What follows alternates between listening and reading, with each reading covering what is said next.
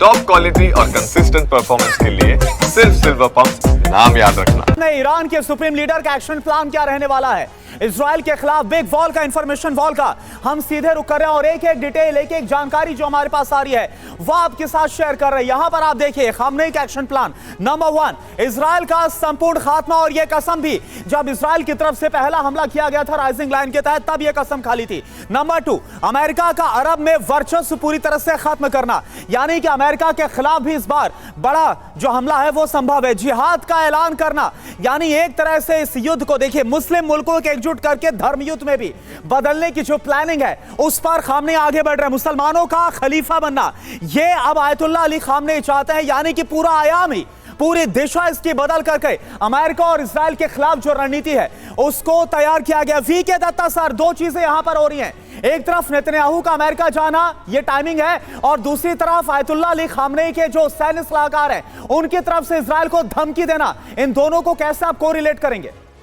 देखिए, ऐसा है कि ये जो 12 दिन की जंग हुई जिसके अंदर इजराइल ने प्रीएम्प्टिव स्ट्राइक करके ईरान के अंदर उनके जो टॉप मिलिट्री कमांडर्स थे, उनके साइंटिस्ट थे, उनको मारा, और उसके बाद में एयर स्ट्राइक करके उसके अलग अलग सेंटर जो न्यूक्लियर एनरिचमेंट प्लांट थे उनके ऊपर हमला किया। और उसके एवज में ईरान ने सैकड़ों मिसाइलें मारी इजराइल के ऊपर। और एक समय तो ये आया कि इजराइल का जो आयरन डोम, उसका जो डेविड स्लिंग, एरो और जो थर्ड सिस्टम है वो सारी मिसाइलों को रोक नहीं पाया जो हाइपरसोनिक कैटेगरी की थी। तो इसका मतलब ये हुआ था कि ईरान के पास इतनी क्षमता है कि इजराइल को बुरी तरह से नुकसान पहुंचा सकता है। इसी के चलते जब नेतन्याहू ने रिक्वेस्ट किया ट्रंप साहब को कि साहब आप ये जो 3 प्लांट जो पूरी तरह तबाह नहीं कर पाया, उसमें B-2 बॉम्बर के माध्यम से GBU-57 का इस्तेमाल किया जाए, वो भी कर दिया गया ताकि जंग खत्म हो, इजराइल मान जाए और एक तरह से अमेरिका ये बोल पाए कि हमने इनका न्यूक्लियर प्रोग्राम खत्म कर दिया। लेकिन वो नहीं हुआ। ईरान ने अपना न्यूक्लियर सेट्स मार्च के महीने में सेफ जगह में ले गए थे। उन्होंने बोला है हमारा प्रोग्राम जारी रहेगा, और बड़ी पुरानी कहावत है बदनाम से बद अच्छा। तो अब ये ईरान का ये मानना कि अब हम बम बनाएंगे, हम अपने आप को न्यूक्लियर डिक्लेयर करेंगे, आप जो कर सकते हैं कर लीजिए, हम रुकने वाले नहीं हैं। तो क्योंकि जितना उनको आप सैंक्शन लगाना चाहते थे, जितना दबाना चाहते थे, जितना आपने हमला करके कोशिश कर दी, आपको फाइनली कोई नतीजा नहीं मिला। बिल्कुल, तो ये अपना प्रोग्राम जो है, बिल्कुल सही बात है। और देखिए इस बीच एक बड़ी रिपोर्ट सामने आ रही है और इसमें यह कहा गया है कि इजराइल पर ईरान बड़ा हमला करेगा।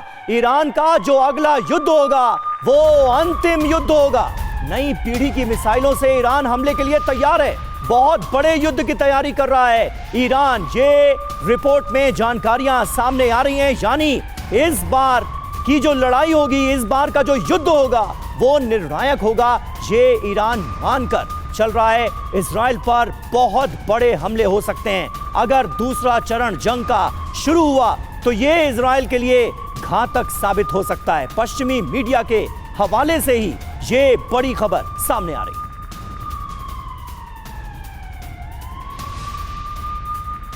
तो इस बार की जंग में भी किस तरह से ईरान ने अपनी मिसाइल पावर दिखाई और इजराइल के बड़े शहरों पर बड़े हमले करके दहला दिया गया इजराइल को, ये हमने देखा। लेकिन दूसरे चरण में और ज्यादा घातक हमले किए जा सकते हैं, ये ईरान से खबर है। ईरान का ये अंतिम युद्ध होगा, बड़े युद्ध की तैयारी में है ईरान। इजराइल के खिलाफ बड़े पैमाने पर तैयारी की जा रही है। हमला अस्तित्व मिटाने वाला होगा। ये देखिए, आधुनिक मिसाइलों से हमले की बड़ी तैयारी है ईरान की। इस्तेमाल नहीं की गई मिसाइलों से हमला किया जाएगा। नई पीढ़ी की मिसाइलों की बड़ी खेप ईरान के पास मौजूद है और नहीं रोक पाएंगे इजरायली एयर डिफेंस सिस्टम।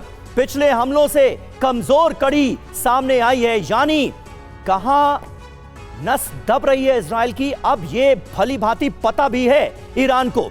जो पहले दौर की जंग हुई है उसमें इजराइल कहां कमजोर साबित हुआ, ये जानकारी भी अब ईरान के पास है। और ऐसे में दूसरे चरण की लड़ाई निर्णायक मानी जा सकती है। महेश सचदेव सर, किस तरह से आप देख रहे हैं इस डेवलपमेंट को, और क्या वो घड़ी अब नजदीक है? क्योंकि ट्रंप की तरफ से भी इसके संकेत दिए जा चुके हैं। इजराइल में तैयारियां तो हो ही रही हैं, लेकिन ईरान तो बहुत बड़ी तैयारी करके बैठा है। अब जंग हुई तो आखिरी दौर का युद्ध होगा, अस्तित्व मिटा दिया जाएगा, इस तरह की बातें हो रही।